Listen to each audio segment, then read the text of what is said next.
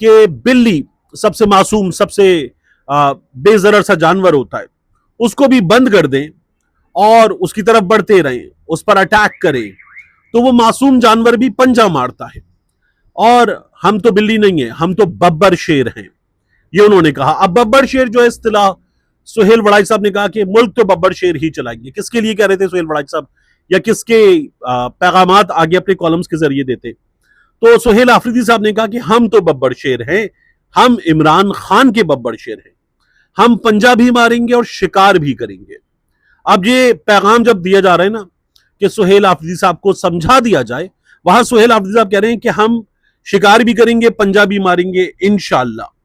اور پھر سہیل آفریدی صاحب نے کہا کہ ایک بڑا امتحان آنے والا ہے، ایک چیز ایسی آنے والی ہے، پاکستان میں کچھ بڑا ہونے والا ہے، اب ہمارے پاس ایک ہی راستہ بچا ہے، وہ راستہ ہم پوری قوت کے ساتھ اختیار کرنے جا رہے ہیں۔ یہ سہیل آفریدی صاحب بات کر رہے تھے۔ اب میں یہ سوچ رہا ہوں کہ سہیل آفریدی جب یہ بات کر رہے ہیں کہ ایک راستہ بچا ہے، مجبور ہوں گے، بڑا امتحان ہے، ہمیں وہ راستہ اختیار کرنا ہوگا، اور کراؤڈ کہہ رہا ہے ڈی چوک ڈی چوک ڈی چوک، کراؤڈ کہہ رہا ہے دھرنا دھرنا دھرنا، اور پھر بات ہو رہی ہے کہ اب کی بار آپریشن اس طرح سے کہ پورے ملک سے لوگ جمع کریں اور ڈی چوک کی طرف جائیں، وہ بھی کیا جا سکتا ہے، لیکن وہ آپشن نمبر 1 یا مین آپشن نہیں ہوگا، مین آپشن کچھ اور ہوگا۔ مین آپشن کے طور پر مفلوج کیا جائے، راستے بند کیے جائیں۔ اب اس تمام تر صورتحال میں آپ کو یاد ہوگا کہ مرکز نے ایک فورس بنائی تھی، اور وہ فورس بنا کر مرکز نے ہم نپٹیں گے ایسی صورتحال سے اس کے لیے تیاری کی تھی۔ پھر اس کے بعد جو پولیس ہے، جو باقی چیزیں ہیں، وہ مرکز کو رپورٹ کرتی ہیں، ان کے جو بڑے آفیسرز ہیں، تو مرکز کہہ رہا ہے کہ ٹھیک ہے ہم وہاں بھی دیکھ لیں گے۔ اب اگر ہم وہاں بھی دیکھ لیں گے تو یہ صورتحال خطرناک ہو سکتی ہے، اور مرکز کو ریڈ کرنا چاہیے کہ ایک پیغام ہے جو سہیل آفریدی دے رہے ہیں، پی ٹی آئی دے رہی ہے، اور پی ٹی آئی کے لوگ دے رہے ہیں، عمران خان کی فیملی، عمران خان کی بہنیں، یعنی کہ عمران خان دے رہے ہیں۔ لیکن میں بطور صحافی درخواست کروں گا کہ پی ٹی آئی جس طرح بہت سی چیزوں کو ریڈ کرے، سمجھے، اپنے فیصلے، اپنے آپشن لیتے وقت، اسی طرح سے مرکز کو بھی یا اسٹیبلشمنٹ کو بھی کچھ چیزیں ریڈ کرنے کی ضرورت ہے۔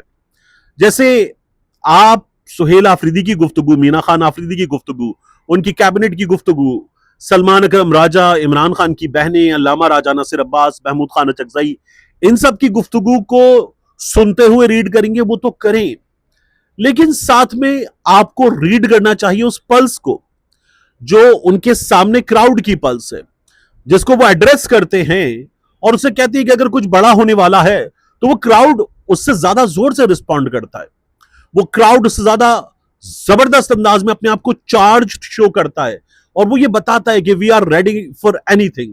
تو اس کو بھی مرکز کی حکومت کو، اسٹیبلشمنٹ کو، فیصلہ سازوں کو ریڈ کرنا چاہیے، پالیسی سازوں کو ریڈ کرنا چاہیے کہ یہ صرف پاکستان تحریک انصاف کے پیغام کا معاملہ نہیں ہے، ایک پیغام ہے جو ہڈن ہے یا آبویس ہے، وہ لوگوں کی طرف سے پیغام ہے۔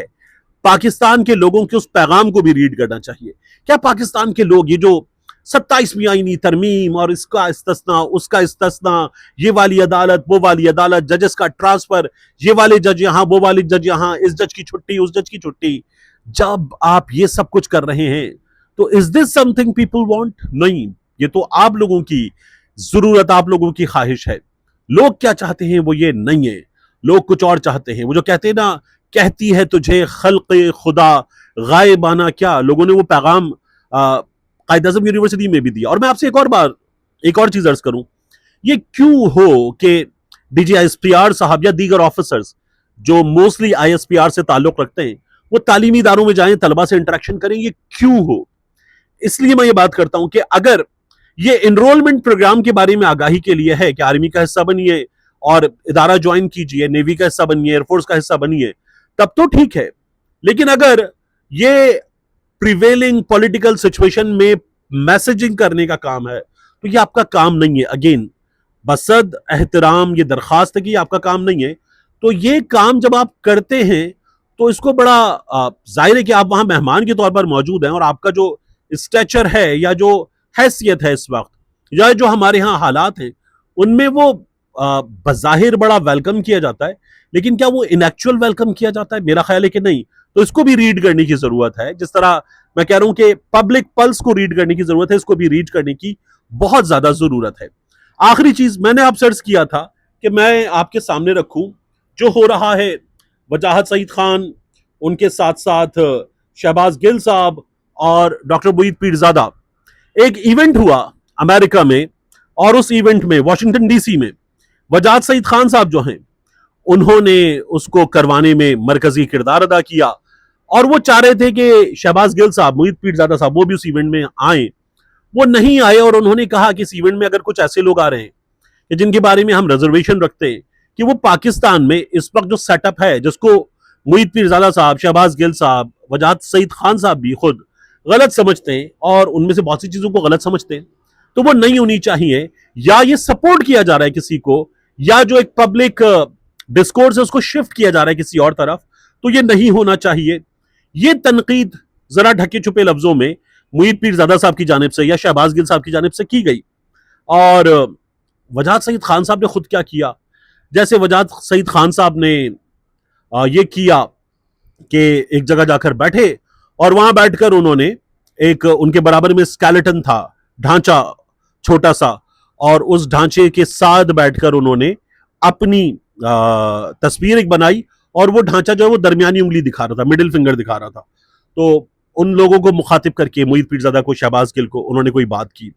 یا انہوں نے وجاہت ورسز ڈاکٹر انگوٹھا زادہ یہ لکھا, ایک بڑا سخت ٹویٹ لکھا, اور کچھ پیغامات لکھے کہ میں تجھے میسج دے رہا ہوں, میں تجھے ایکسٹینشن دے رہا ہوں, جس طرح یار بھی والے ایکسٹینشن دیتے ہیں, یہ کرتے ہیں, میں بھی دے رہا ہوں تجھے, یہ کر وہ کر. اور باقاعدہ بڑے غصے میں وجاہت سعید صاحب نے باتیں کی.